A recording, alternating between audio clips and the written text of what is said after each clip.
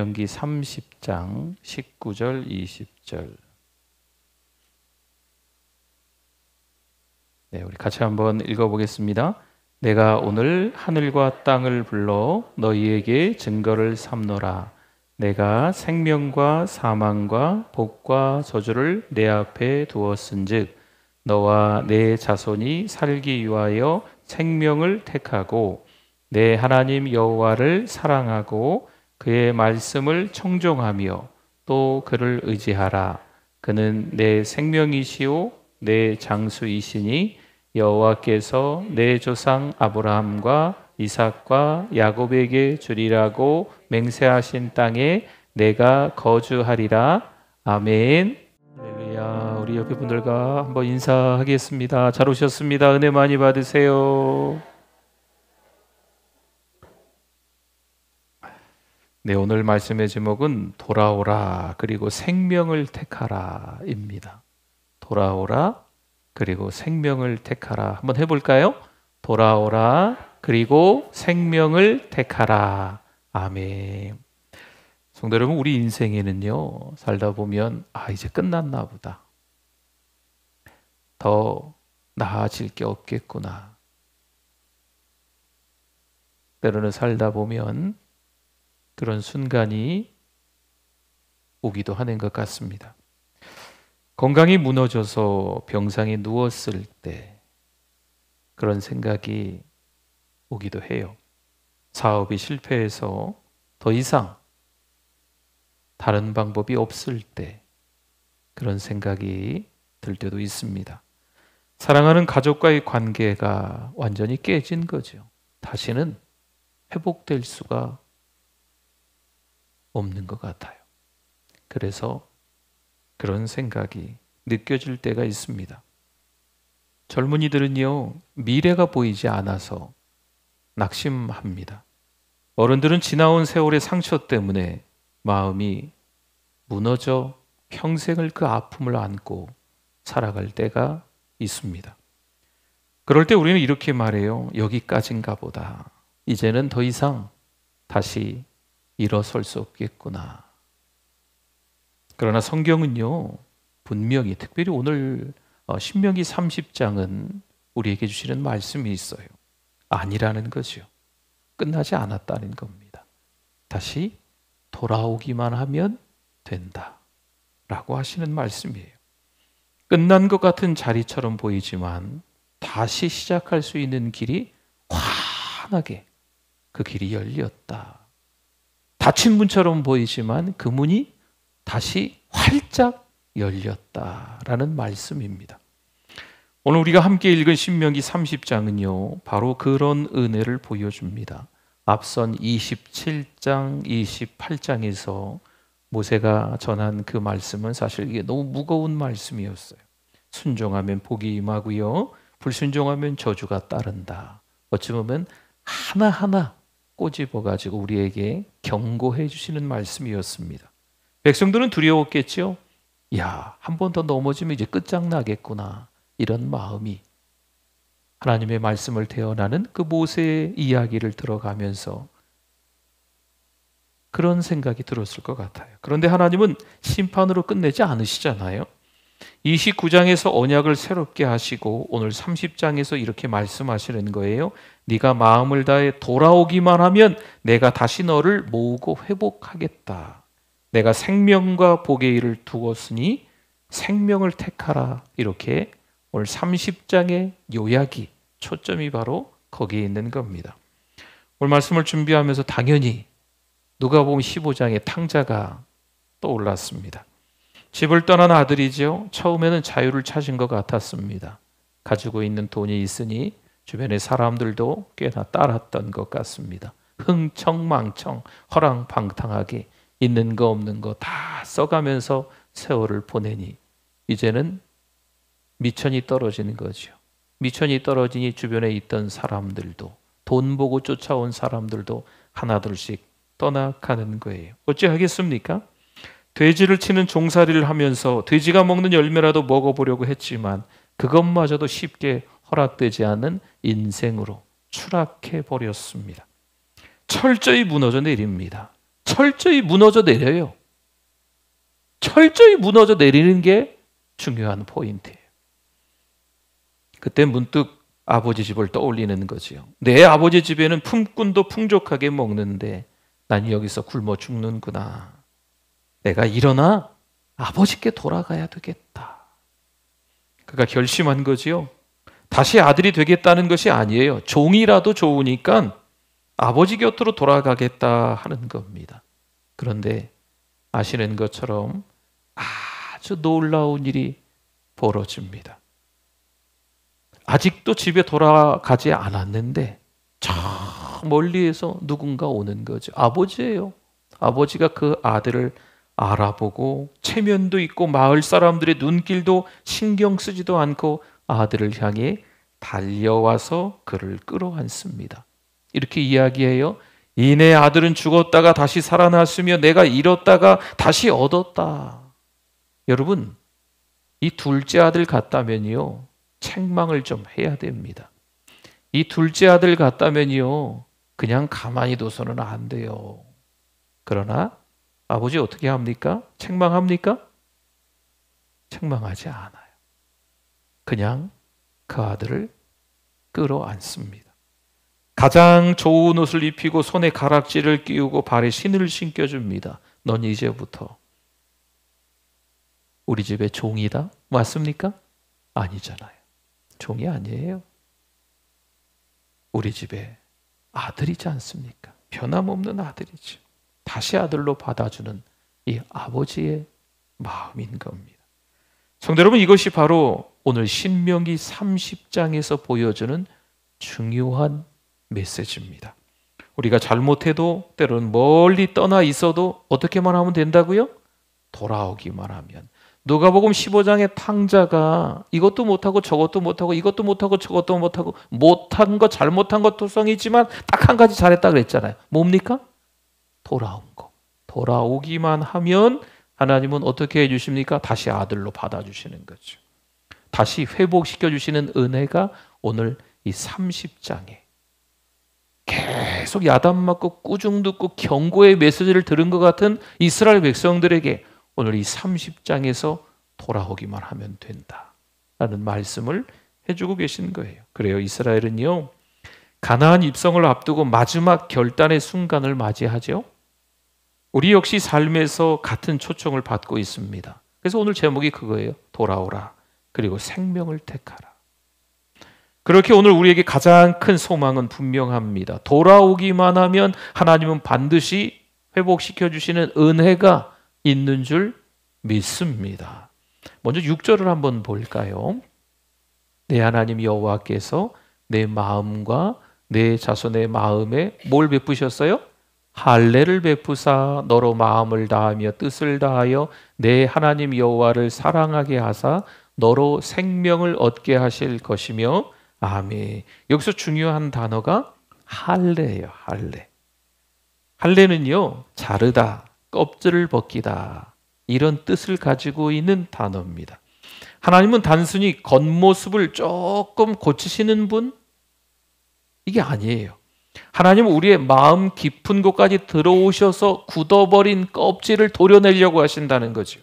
그렇게 해서 새로운 마음, 하나님을 사랑할 수 있는 부드러운 마음을 주시고자 하십니다. 여러분, 이것이 바로 회개의 은혜입니다.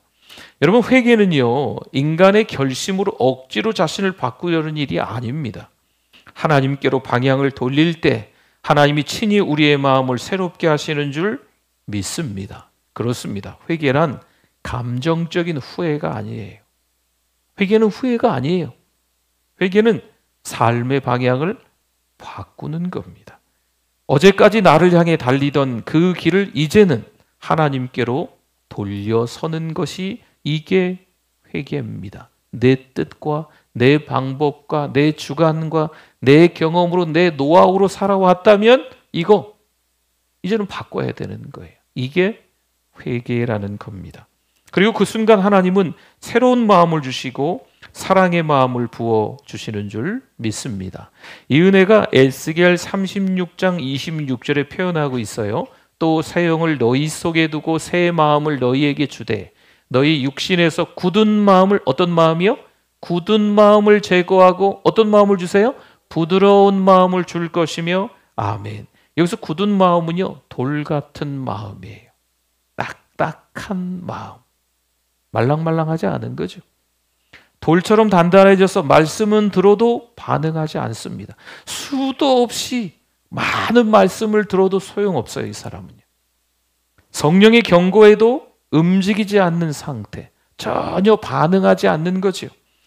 양심이 무뎌지고 자기 고집과 교만에 갇혀서 하나님의 손길을 거부하는 상태, 이것이 바로 굳은 마음입니다.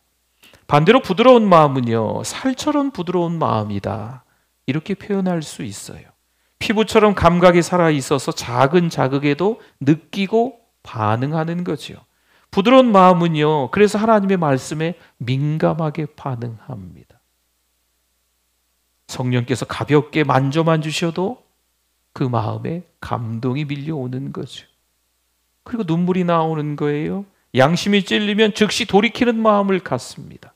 여러분, 이게 부드러운 마음입니다. 성도 여러분, 그래서 하나님은 우리 마음에 수술을 하려고 하시는 거예요. 할례, 그 얘기입니다.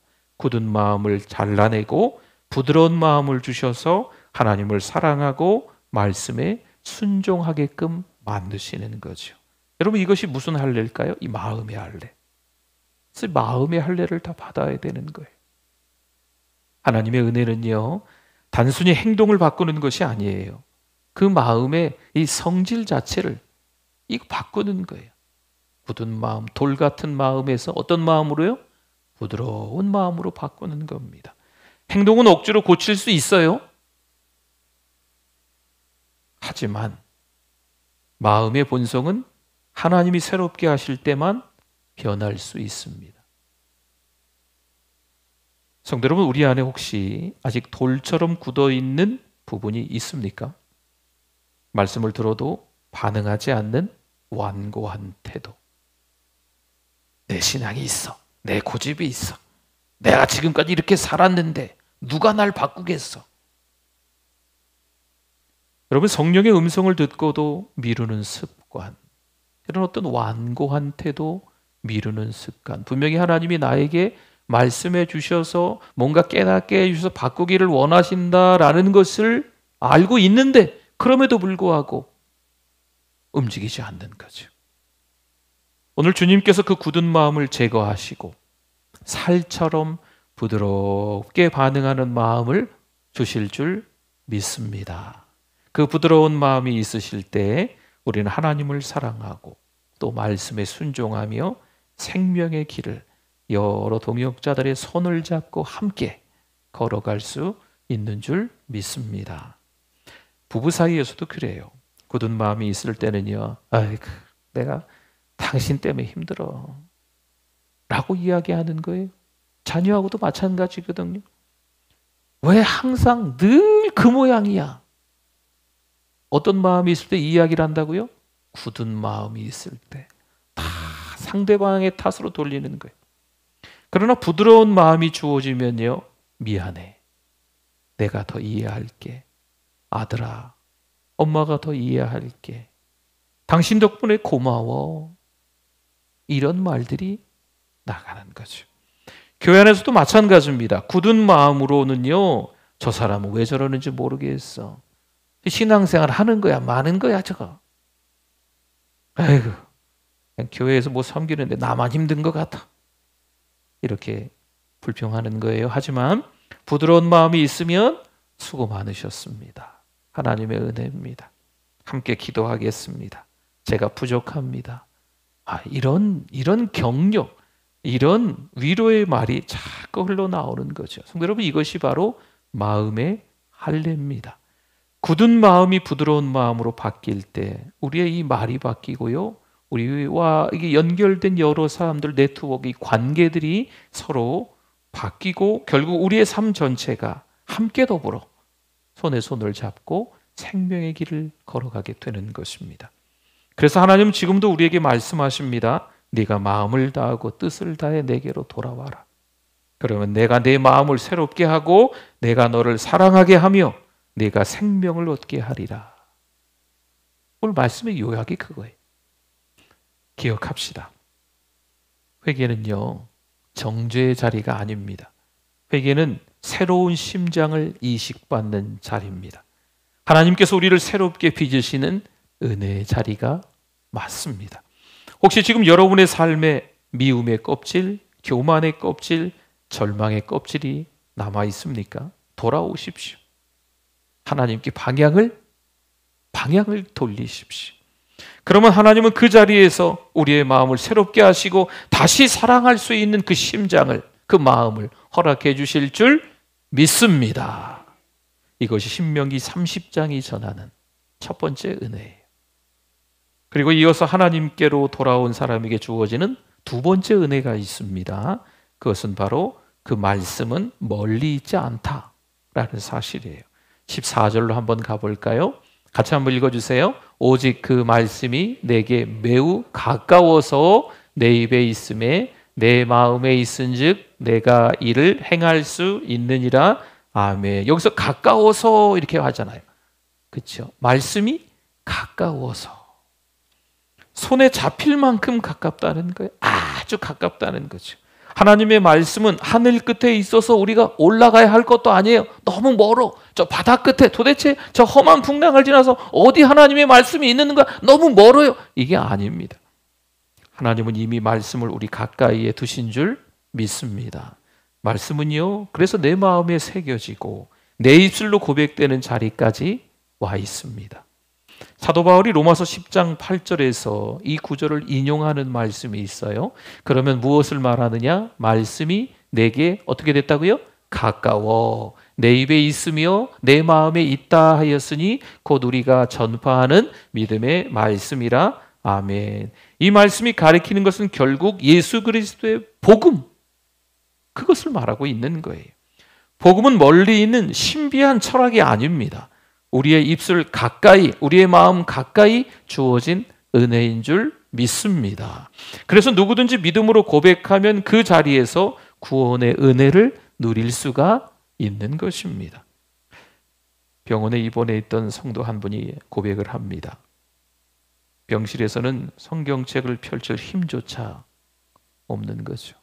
우리 편찮아 보신 분들은 다 아시지만 병원의 침상 위에 그 병상에 누워 있으면 안 아픈 사람도 아픈 것 같아요. 그렇죠? 그냥 펄펄 날았던 분도 이 병상에만 누워 있으면 몸에 힘이 다 빠지는 것 같고 그냥 더 아픈 것 같아요. 그러니 성경책을 펼칠 힘조차 이분은 없었던 거죠. 하지만 어린 시절 외웠던 말씀 한 구절이 계속 떠올랐다 그러시네요. 여호와는 나의 목자시니 내가 부족함이 없으리로다. 할렐루야. 아멘. 그 말씀을 되뇌는 순간 두려움과 불안이 사라지고 이 마음에 평안으로 가득 찼다는 거죠. 성도 여러분, 이것이 바로 하나님의 말씀입니다. 살아 역사하시는 하나님께서 이 두꺼운 책 속에 갇혀 계시는 거예요. 맞습니까? 아니잖아요. 우리의 입술 가까이, 우리 마음 가까이 살아있는 하나님의 능력인 줄 믿습니다. 때로는 몸이 약해요. 때로는 눈도 감겨 있어요. 마음에 새겨진 그 말씀이 그럼에도 불구하고 우리를 붙드시고 우리를 회복시키시는 줄 믿습니다. 그렇습니다. 성경은 다른 책이 아니에요. 다른 세계로 들어가는 분입니다. 영적 세계, 다른 세계로 들어가는 분. 멀리 있는 지식이 아니라 오늘 내 삶을 환하게 밝혀주고 열어주는 문인 줄 믿습니다.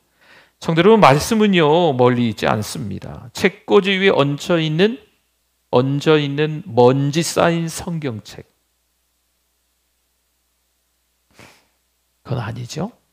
오늘 이 자리에 하나님의 말씀 가운데 또 우리가 하나님께 우중에도 때로는 속상한 일, 때로는 해석되지 않은 어려운 일을 경험하신 후에 달려나오신 여러분들이신데 이 기도 가운데 속에서도 여전히 우리에게 주어지는 은혜인 줄 믿습니다.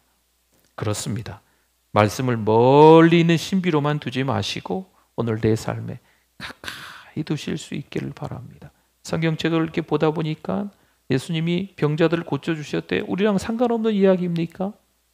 선지자를 통해서 어떤 일을 하셨대. 우리랑 상관없는 이야기입니까? 복음서에, 때로는 역사서에, 때로는 하나님이 이 성경책 말씀 곳곳에서 1189장 곳곳에서 역사하신 그 일들이 전혀 우리랑 상관없는 이야기입니까? 그렇게 생각하면 상관없는 이야기예요. 근데 살아 역사하시는 하나님이 가장 가까이에서 나에게 찾아오셔서 나에게 평안을 주시는 줄 믿습니다. 내 질병도 고쳐주시는 줄 믿습니다. 내 물질 문제도 해결을 시켜주실 줄 믿습니다. 내 자식 문제도 해결시켜 주실 줄 믿습니다. 정말 요즘 곤란한 상황에 빠져 있는데 그것마저도 하나님께서 해결해 주실 줄 믿습니다. 이제 마지막으로 하나님께서 우리에게 주시는 은혜의 초청을 함께 붙잡고자 합니다. 그것은 바로 생명과 복을 택하라는 겁니다. 19절인데요. 내가 오늘 하늘과 땅을 불러 너희에게 증거를 삼노라. 내가 생명과 사망과 복과 저주를 내 앞에 두었은즉 너와 내 자손이 살기 위하여 생명을 택하고. 아멘. 여기서 택하라는 것은요, 요즘 제가 또 원어 얘기를 잘 안 했었는데 바하르라고 합니다. 바하르. 마음을 기울이고 기뻐하다. 택하라라고 하는 건 붙들다. 거기다가 마음을 온전히 쏟아서 그것만 붙드는 거죠. 근데 뭘 붙드는 거예요? 뭘 택하라고 나왔습니까? 아까? 생명이죠. 생명. 생명을 붙들어라. 그 생명에 마음을 온통 기울여라 라는 뜻이 되겠습니다. 하나님은 우리 앞에 생명과 사망, 복과 저주를 두셨습니다. 그러나 동시에 은혜의 길을 이미 마련해 주셨어요. 그러므로 생명을 택하라는 말은 무거운 명령이라기보다는요, 하나님이 열어놓으신 은혜 안으로 들어오라는 초청입니다. 너는 안 돼, 너는 오지 마, 이게 아니에요. 하나님께서 우리에게 오라고 하는 초청이에요. 우리 자격이 안 되는데, 우리 조건이 안 되는데, 상황이 여의치 안 되는데 그거 관계하시는 분이 아니세요. 우리 보고 그 생명을 꽉 붙들어라. 다른 여러 가지 복잡한 생각들, 고민들, 갈등들이 많이 쌓였지만 지금 생명을 기울이고 그쪽에다가 여러 복잡한 것들을 보지 말고 그쪽에 기울이라는 거예요. 생명을 택하라. 뒤이어 20절은 이렇게 덧붙입니다. 보세요. 내 하나님 여호와를 첫째 사랑하고. 택하라라고 하시면서 주시는, 이어서 하시는 말씀이에요. 둘째, 그의 말씀을 어떻게 해요? 청종하며. 셋째, 또 그를 의지하라. 이 세 가지가 나오죠. 그는 내 생명이시요 내 장수이시니 여호와께서 내 조상 아브라함과 이삭과 야곱에게 주리라고 맹세하신 땅에 내가 거주하리라. 아멘. 생명을 택한다는 것이 무엇인지 여기 20절에서 한 절 더 나와서 설명을 하고 지금 30장이 끝나는 거예요. 19절 말씀이 중요한 말씀이에요. 그런데 이 19절을 한 번 더 설명하면서 20절이 이어지고 그 다음에 31장으로 넘어가는 거거든요. 그러니까 첫째, 하나님을 사랑하는 것입니다. 생명을 택한다는 것은요, 하나님을 사랑한다는 거예요. 사랑은 단순한 감정이 아니고 관계가 중심입니다. 관계. 누구하고의 관계입니까? 부부 관계, 부모 자녀 관계, 애인과의 관계예요? 누구와의 관계예요? 하나님과의 관계죠. 하나님을 사랑한다는 것은요, 마음을 그분께 두고 삶의 방향을 그분께로 향하는 거죠. 여러분, 이게 생명을 택한다라고 하는 거예요. 또 한 가지, 둘째, 청종한다 그랬잖아요. 뭘 청종해요? 말씀을 청종하는 것입니다. 말씀을 그냥 듣고 흘려보내는 게 아니에요. 많은 말씀을 들으면 좋겠지. 오히려 그게 교만으로 자리 잡을 수 있어요. 여러분, 말씀은요, 그냥 듣고 흘려보내면 전혀 득이 되지 않습니다. 듣고 삶으로 옮기는 것이 참된 청종입니다. 셋째 나오지요. 그를 어떻게 하라? 의지하라 라고 말씀이 나와요. 그분을 의지하는 거예요. 마치 어린아이가 아버지 품에 매달리듯 하나님께 매달려 사는 것이 생명을 택하는 것입니다. 제가 요즘 우리 요셉 부흥회 말씀 준비하고 있거든요. 기도의 말씀, 또 부흥의 당일 말씀 5편 지금 조금씩 준비해 가고 있는데, 요셉이 왜 형통의 사람일까? 뭐 야곱부터 다윗, 다니엘, 뭐 여러 인물들을 지금 다음 주부터 하루하루 나누게 될 텐데 보니까 아주 중요한 맥이 하나 있더라고요. 하나님께 매달렸다는 거예요. 하나님께 매달린 사람들이에요. 사랑하는 성도 여러분, 아주 중요한 겁니다. 여기서 그분을 의지한다라고 하는 건 우리가 의지할 만한 상황과 환경이 돼서 좀 힘이 남아 돌아서 좀 여유가 있어서 그래도 나는 누구보다도 누구 어떤 집사님보다도 더 신앙이 좋아서 이거 아니잖아요. 그냥 매달리는 거예요. 누가 매달려요? 자격이 안 되는 사람이 매달리거든요. 여러분 자격되는 사람은요, 나 안 뽑으면 손해일걸? 괜히 거드름펴요. 그러니까 누가 매달려요? 자격도 안 되고 조건도 안 되고 누가 봐도 하나님과 어울리지도 않을 것 같은 사람처럼 보이는. 그래서 매달리는 거예요. 요셉이 매달렸더라고요. 다윗이 매달리고요. 다니엘이 매달리고 야곱이 하나님께 매달렸더라고요. 그러니 하나님께서 그들을 어떤 사람으로 만들어 주셨어요? 형통의 사람으로 만들어 주신 줄 믿습니다. 성도 여러분, 우리가 어떻게 해야 합니까? 성경은 분명히 그 세 가지를 이야기하면서 이어지는 말씀이 이거예요. 하나님 여호와를 사랑하고 말씀을 청종하며 또 그를 의지하라라고 하면서 그는 내 생명이시요 내 장수이시니라고 20절에서 이렇게 연결되는 말씀이에요.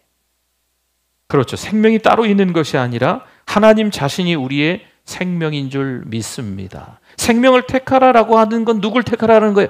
하나님을 택하라는 거예요. 하나님을 택하라는 거예요. 여러분, 건강을 택하라, 돈을 택해라, 자식을 택해라, 직업을 택해라. 전혀 우리 인생 가운데 도움이 안 돼요? 제가 이런 얘기를 하는 게 아니에요. 때로는 우리의 삶의 여정 가운데 필요한 것들이에요. 인생을 살아가면서 없어서는 안 되는 어떤 공동체들을 말하고 있어요. 그런데 더 중요한 게 있다는 거죠. 이것저것 세상을 살아가면서 다 택한 것 같은데 한 가지 중요한 걸 택하지 않은 거예요. 하나님을. 그러면 꽝입니다. 저 여러분이 하나님을 택하실 수 있기를 바랍니다. 하나님께 붙어 있으면 생명과 복을 누릴 수 있어요. 요한복음 14장 6절 너무나도 잘 아시는 말씀인데 한번 같이 읽어주세요. 예수께서 이르시되 내가 곧 길이요 진리요 생명이니 나로 말미암지 않고는 아버지께로 올 자가 없느니라. 할렐루야. 분명히 말씀하죠. 여러분, 생명을 택한다는 것은요, 곧 누구를 택하는 거예요? 그렇죠. 예수님을 택하는, 예수님께서 길이고 진리고 생명이라고 하시잖아요. 길이 누구예요? 예수님이라니까요. 진리가 누구예요? 예수님이라니까요. 생명이 누구예요? 예수님이라니까요. 생명을 택하라. 생명을 택한다는 것은 믿음의 결단이며 동시에 순종의 길입니다. 두 갈래 길이 있습니다. 한쪽 길은 넓습니다. 시작서부터 넓고 아주 평탄한 길입니다. 가면 갈수록 그 길이 어떤 길일까요? 처음엔 넓고 아주 평탄한 길이었는데 가면 갈수록 계속 좋을 줄 알았는데 나중에 보니 절벽인 거죠. 길이 없어요. 땅 떨어져요. 또 한 개의 길이 있습니다. 시작부터 좁습니다. 험합니다. 가면 갈수록 좁고 험할 줄 알았는데 가다 보니까 끝에 보니까 푸른 초장과 맑은 물가가 있는 거죠. 여러분 같으면 어떤 길을 택하시겠습니까? 여러분, 좁은 길을 택하는 게 물론 처음엔 어려운 선택 같지만 그 길이야말로 생명의 길인 줄 믿습니다. 성도 여러분, 하나님은 오늘도 우리에게 말씀하세요. 생명을 택하라. 알 수 없는 미래가 있어요. 이해되지 않은 일들이 찾아와요. 해석되지 않은 고난들을 우리가 겪을 수 있어요. 근데 우리가 그것을 해결할 수 있을까요? 마치 험한 풍랑을 만난 노련한 선장이 결국 배의 운전대를 놓아버리거든요. 그리고 하나님께 바다와 그 풍랑을 맞으신 하나님께 그냥 맡겨버리는 거예요. 우리도 마찬가지입니다. 우리가 해결할 수 없는 일 때문에 잠이 안 오더라고요. 왜 나에게 이런 고난이 찾아왔을까 생각하니까요, 밥도 안 먹는 거예요. 온 몸이 스트레스 받아서 건강이 점점 안 좋아지는 거죠. 내가 해결할 수 없는 건 누구에게 맡겨라? 하나님이 숨겨놓으신 일은요, 하나님이 감춰놓으신 일은요, 우리 지난주에도 말씀이 나왔잖아요. 하나님이 덮어놓으신 일을 굳이 막 파헤치려고, 내가 전혀 해석되지 않은 일인데 굳이 내가 이해해 보려고, 아니에요. 그건 하나님께 맡기는 게 가장 좋습니다. 사랑하는 성도 여러분, 신명기 30장의 메시지는 분명해요. 돌아와라. 그리고 생명을 택해라. 우리가 멀리 떠나 있어도 하나님은 여전히 기다리십니다. 여러분, 굳은 마음을 부드럽게 하세요. 인정하셔야 돼요. 오늘 이 밤이 지나가기 전에 하나님, 제 마음이 굳어 있습니다. 딱딱합니다. 어떤 마음을 달라고요? 부드러운 마음을 주세요. 라고 하나님 앞에 기도하는 게 회개의 기도입니다. 내 의지, 내 방법, 내 경험, 내 실력으로만 살아왔던 것을 이제는 하나님께 삶의 방향을 옮기는 게 회개입니다. 자꾸 내 고집대로, 내 생각대로 사니까 풍랑과 맞서 싸워야 되잖아요. 그러다가 진짜 그 배가 산산조각 납니다. 아무리 내가 뛰어난 실력이 있는 선장이라고 해도 그 풍랑과 맞서 싸울 수가 없어요.